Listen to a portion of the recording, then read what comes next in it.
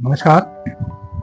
आज हम maths class 6 की एक्सरसाइज 3D चैप्टर इंटीजर्स से लेके आए हैं। स्टार्ट करते हैं इसको। Question number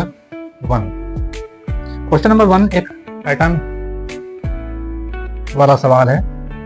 7, 9, 11, 13, 7, 27, 55 dash. यहाँ हमें भरना है क्या आएगा। तो पैटर्न देखें यहाँ पर 7 1 जा 7, 9 3 जा 27, 11 5 जा 55। तो यहाँ पे क्या नंबर हुआ है N2 में?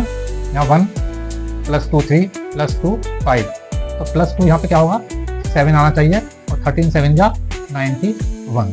तो क्वेश्चन नंबर 1 में जो आपका खा 91 है, ये आपका आंसर। क्वेश्चन नंबर 2 में देखें, सॉल्व करना है इनको। A 8 × -4 × -5। दो माइनस का साइन 2 है, माइनस माइनस 2 जगह है, तो जब मल्टीप्लिकेशन होगी तो क्या हो जाएगा? प्लस हो जाएगा। और आप देखें इजी 5 4 जा 20, 28 जा 160। तो दो माइनस साइन है तो दोनों माइनस माइनस मल्टीप्लिकेशन होगा, सेम साइन माइनस के या सेम प्लस के होते तो क्या प्लस ही आएगा। और ये मल्टीप्लाई कर दिया तो 160 आ गया। बी देखिए -10 × -10 × -10। 3 बार माइनस है तो माइनस माइनस प्लस हो गया फिर, और प्लस और माइनस एक गुना होगी तो माइनस आ जाएगा। और 10 का मल्टीप्लिकेशन 3 बार होगी, क्या आएगा? 1000। सी देखिए, यहाँ पर आपके मैंने बताया था पहले भी कि इस तरह की जो एक्सरसाइज है ये 3C 3D, इसमें प्लस माइनस के साइन की अच्छी एक्सरसाइज होगी। सभी बच्चे अगर इस दो एक्सरसाइज को ढंग से कर लेंगे तो उनको प्लस माइनस के साइन की बहुत ज़्यादा क्लैरिटी हो जाएगी। यहाँ पे देखें 2 बार माइनस साइन है, माइनस माइनस क्या हो जाएगा? साइन 2 बार मल्टीप्लिकेशन हो रही है तो क्या हो जाएंगे? प्लस हो जाएंगे। और 35 × 5 2 जा 10, तो क्या हो जाएगा? 350। डी देखें -8 × +57 × 0। किसी भी नंबर की 0 से अगर मल्टीप्लिकेशन होगी तो क्या आंसर क्या आएगा? 0 ही आएगा। क्वेश्चन नंबर 3 देखें। 3 का ए पार्ट -7 × 0 × 57 × -57। तो यहाँ पर 0 है। किसी भी नंबर की हम 0 से अगर मल्टीप्लिकेशन करेंगे, 0 से गुणा करेंगे तो हमेशा 0 ही आएगा। बी देखें 1456 × 625 -456 × 625। यहाँ पर देखें 625 दोनों तरफ है, इसको क्या करें हम? कॉमन ले लें, बाहर ले लें। तो ब्रैकेट में यहाँ क्या बचेगा? इधर से 1456, ये वाला माइनस यहाँ आ गया। 625 हमने बाहर कॉमन ले रखा, यहाँ क्या बचा? 456। तो क्या हो गया ये? 625 × 1456 -456 क्या बचा? 1000। तो आंसर क्या आ जाएगा? 625000। ऐसे ही इसका सी पार्ट है सेम, -187 × -54 प्लस -187 × -46। यहाँ पे क्या है देखें, दोनों तरफ माइनस, ये प्लस है बीच में और यहाँ मल्टीप्लिकेशन है बीच में, यहाँ मल्टीप्लिकेशन बीच में। तो एक साइड ये हो गई, एक साइड ये हो गई, जैसे यहाँ पर थी। एक साइड ये और एक साइड ये, बीच में माइनस। तो यहाँ पर दोनों तरफ -187 कॉमन है। -187 को हमने कॉमन ले लिया, अंदर क्या बचा? -54 प्लस -46 क्या हो जाएगा? -187 इंटू -54 और प्लस -46, दो माइनस के नंबर प्लस होंगे तो क्या आ जाएगा -100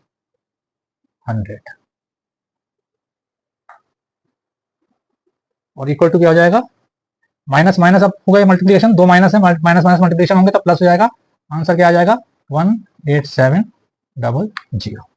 तो ये आपका क्वेश्चन नंबर 3 हो गया।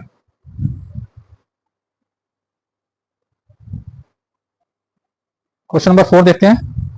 पंक्ति का के दो पूर्णांकों गुणनफल पंक्ति खा में दिए गए हैं, इन्हें मिलान करना है। तो देखें हम पंक्ति का लिख लेते हैं ऊपर 3 इंटू -2,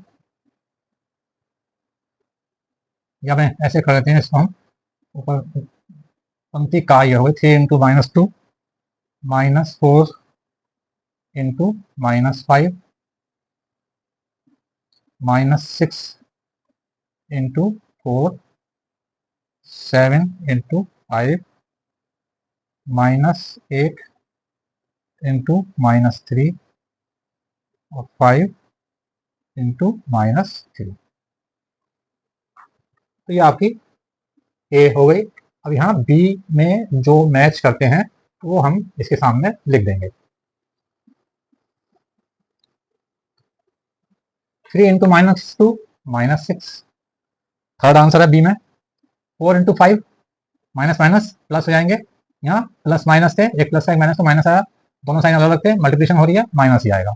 दोनों साइन सेम है, चाहे प्लस के हो या माइनस के हो, मल्टीप्लिकेशन होगी तो प्लस ही आएगा। क्या आएगा 20।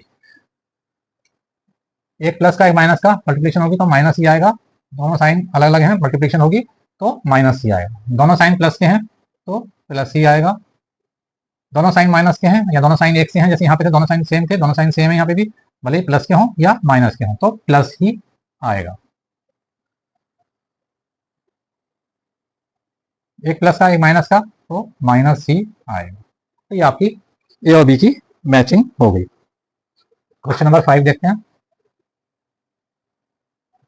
उस पूर्णांक को ज्ञात कीजिए जिसका -1 से गुणनफल ये है।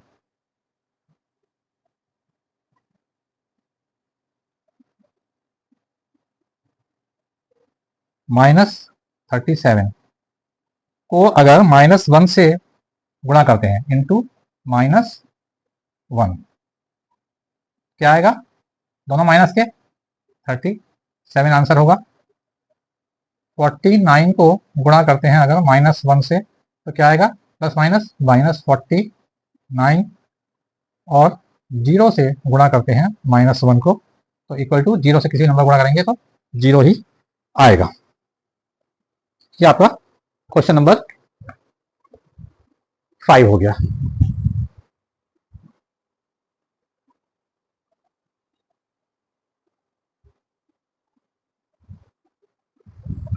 क्वेश्चन नंबर 6 का ए पार्ट देखिए। 3 + 2 इंटू 7, ये क्या होता है, डिस्ट्रीब्यूटिव लॉ प्रॉपर्टी से a + b into C is equal to क्या होगा, a into C plus b into C, यानी 3 इंटू 7 प्लस 2 इंटू 7। तो आपका ये थर्ड पार्ट जो है इसका थर्ड आंसर होगा, 6A का थर्ड आंसर। बी देखें, 3 - 2 इंटू 6, 3 - 2 कर दिया, यहाँ पर सेम चीज है, बस केवल पहले और इसमें सवाल में माइनस का डिफरेंस है। 3 इंटू 6 -2 इंटू 6, यानी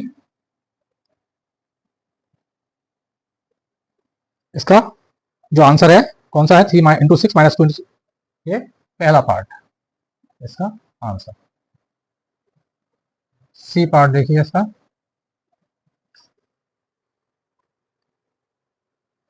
-8 इंटू -5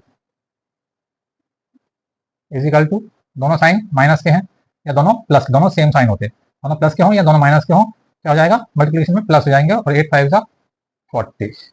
तो ये जो है आपका सेकंड आंसर हो गया इसका। डी पार्ट देखिए इसका, 3 ऋणात्मक पूर्णांकों के गुणनफल में घटात्मक पूर्णांक से गुणा करने पर गुणनफल का चिन्ह 3 ऋणात्मक पूर्णांक हैं, अगर उनमें एक धनात्मक का गुणा कर दे, 3 नंबर माइनस के हैं और एक प्लस का है, क्या हो जाएगा माइनस माइनस प्लस, फिर प्लस माइनस माइनस, फिर माइनस प्लस माइनस। तो जो आंसर आएगा वो क्या आएगा, नेगेटिव आंसर आएगा।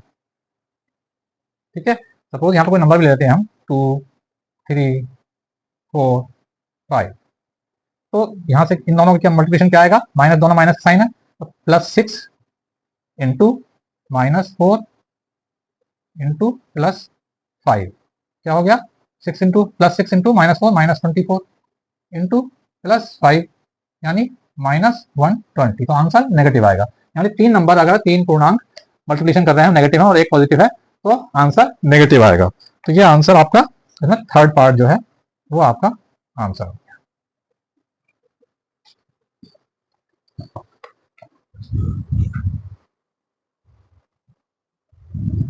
7 देखें, क्वेश्चन नंबर 7 का फर्स्ट पार्ट, 5 ऋणात्मक पूर्णांकों का सतत गुणनफल धनात्मक है। ट्रू और फॉल्स बताना है यहाँ पर हमें। 5 अगर नेगेटिव नंबर्स की गुणा कर रहे हैं 5,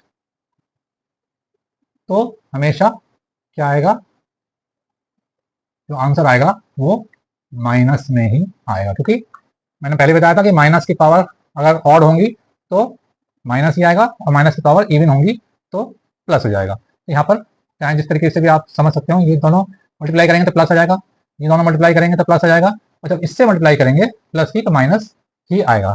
तो ये स्टेटमेंट फॉल्स है। 5 ऋणात्मक पूर्णांकों का सतत गुणनफल धनात्मक होता है, धनात्मक नहीं होता, कैसा होता है, ऋणात्मक। तो ये क्या होगा, फॉल्स। सेकंड पार्ट देखिए, 2 ऋणात्मक पूर्णांकों का गुणनफल धनात्मक है।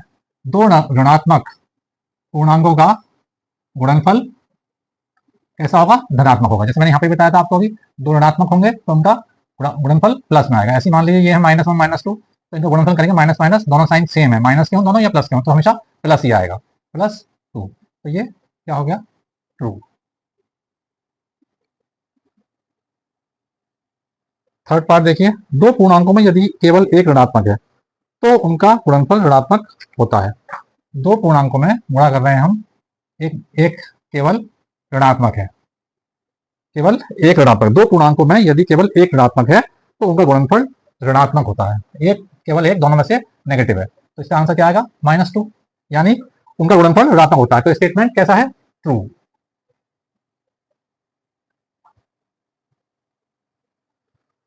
-17 का विपरीत +17 है। -17 का मल्टीप्लिकेटिव इनवर्स कैसा है, +17, कैसा है ये, ट्रू।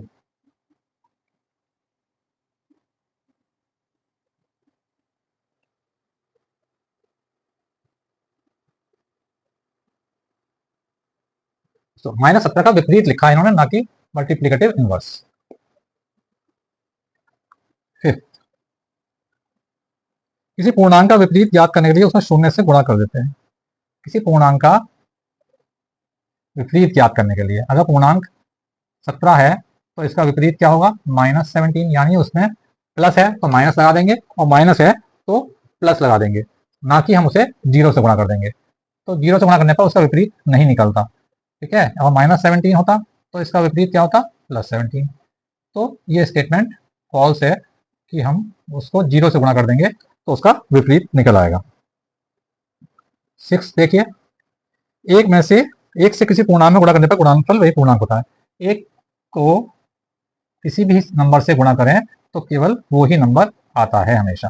कुछ भी नंबर ले लें आप, x नंबर ले लें, x इंटू 1 तो क्या आएगा, x ही आएगा। 7 ले लें इंटू 1 क्या आएगा, 7 ही आएगा। तो 1 को किसी भी नंबर से गुणा करें तो वो नंबर ही आंसर होता है। इसका मतलब ये स्टेटमेंट ट्रू है, सही है। तो ये आपकी एक्सरसाइज 3D समाप्त हुई। आज फिर मैं दोबारा रिपीट करूंगा कि ये 2 एक्सरसाइज 3C और 3D से आप प्लस माइनस के साइंस को अच्छी तरह से समझ सकते हैं। जिन बच्चों को प्लस माइनस साइन क्लियर नहीं है, 3C 3D को 1 बार 2 बार 3 बार करें तो आपको प्लस माइनस साइन का बहुत ज़्यादा क्लियर हो जाएंगे बिल्कुल। और अभी तक आपने अगर इसको चैनल को सब्सक्राइब नहीं किया है तो सब्सक्राइब करें, और यदि आपने सब्सक्राइब कर दिया है तो किसी ज़रूरतमंद बच्चे जो मैथ्स पढ़ना चाहते हैं या मैथ्स पढ़ रहे हैं या किसी दूसरे स्कूल में हैं या आपके जानकार हैं, सभी को मेरा ये वीडियो शेयर करें और सबको सब्सक्राइब करने को कहें ताकि ज़्यादा से ज़्यादा लोग इसका फायदा उठा सकें। Thank you.